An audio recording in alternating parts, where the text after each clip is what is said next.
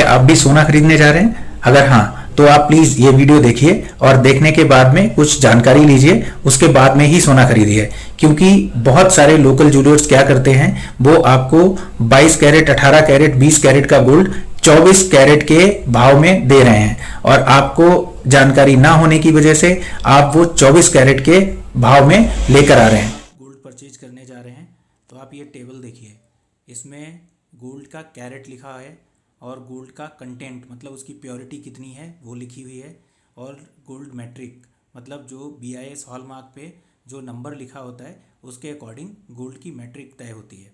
सो आप अगर 24 carat gold लेते हैं तो इसका मतलब होता है कि वो 99.99% प्योर गोल्ड है, उसमें कोई मिलावट नहीं होती है। और इसी का रेट जो गोल्ड रेट होता है, जैसे अभी आजकल मान के चलें कि 90,000 रुपये का रेट है, तो ये प्योर 24 कैरेट का गोल्ड का रेट होता है जो दुकानों पर लिखा होता है। इसके साथ साथ अगर आपको जो ज्वेलरी बनवाते हैं जनरली उसमें 22 कैरेट का गोल्ड होता है, और 22 कैरेट का गोल्ड का हॉलमार्क नंबर होता है 916 यानी कि 916।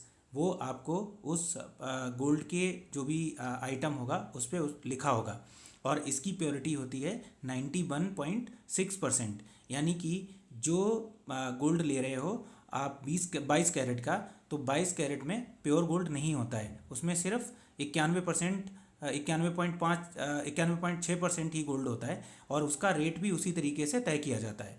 सो 91.6 का आप मल्टीप्लिकेशन कर दोगे, जो गोल्ड का रेट है आज का, आपको 22 कैरेट का रेट निकल कर आ जाएगा। तो उसी हिसाब से आपको पैसे पे करने होते हैं गोल्ड रेट के।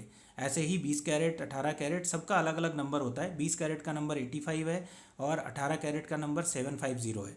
तो आपको गोल्ड पे देखना है, आपके आइटम पे देखना है कि उसमें BIS मार्क के पास में क्या नंबर लिखा हुआ है, और वो कुछ आपको इस तरीके का दिखेगा। देखो पहला ये है BIS मार्क है, और फिर इसमें देखो प्योरिटी एंड फिटनेस का साइन दिया गया है। जैसे BIS मार्क के पास में जो 22K लिखा है, 22K का मतलब है कि 22 कैरेट का गोल्ड है, और इसमें जो 916 लिखा है ये भी 22 कैरेट को ही रिप्रेजेंट करता है।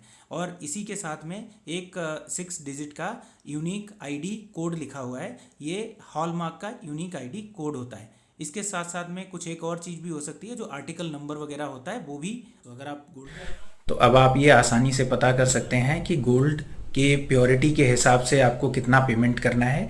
इसके अलावा इस पर 3% तक GST और मेकिंग चार्जेस अलग हो सकते हैं, तो वो आपके बिल में इंक्लूडेड हो सकते हैं। इसी तरीके की ज़्यादा जानकारी के लिए मेरे चैनल को फॉलो करें, और आगे मेरे वीडियोस देखने के लिए मुझे सपोर्ट करें। Thank you.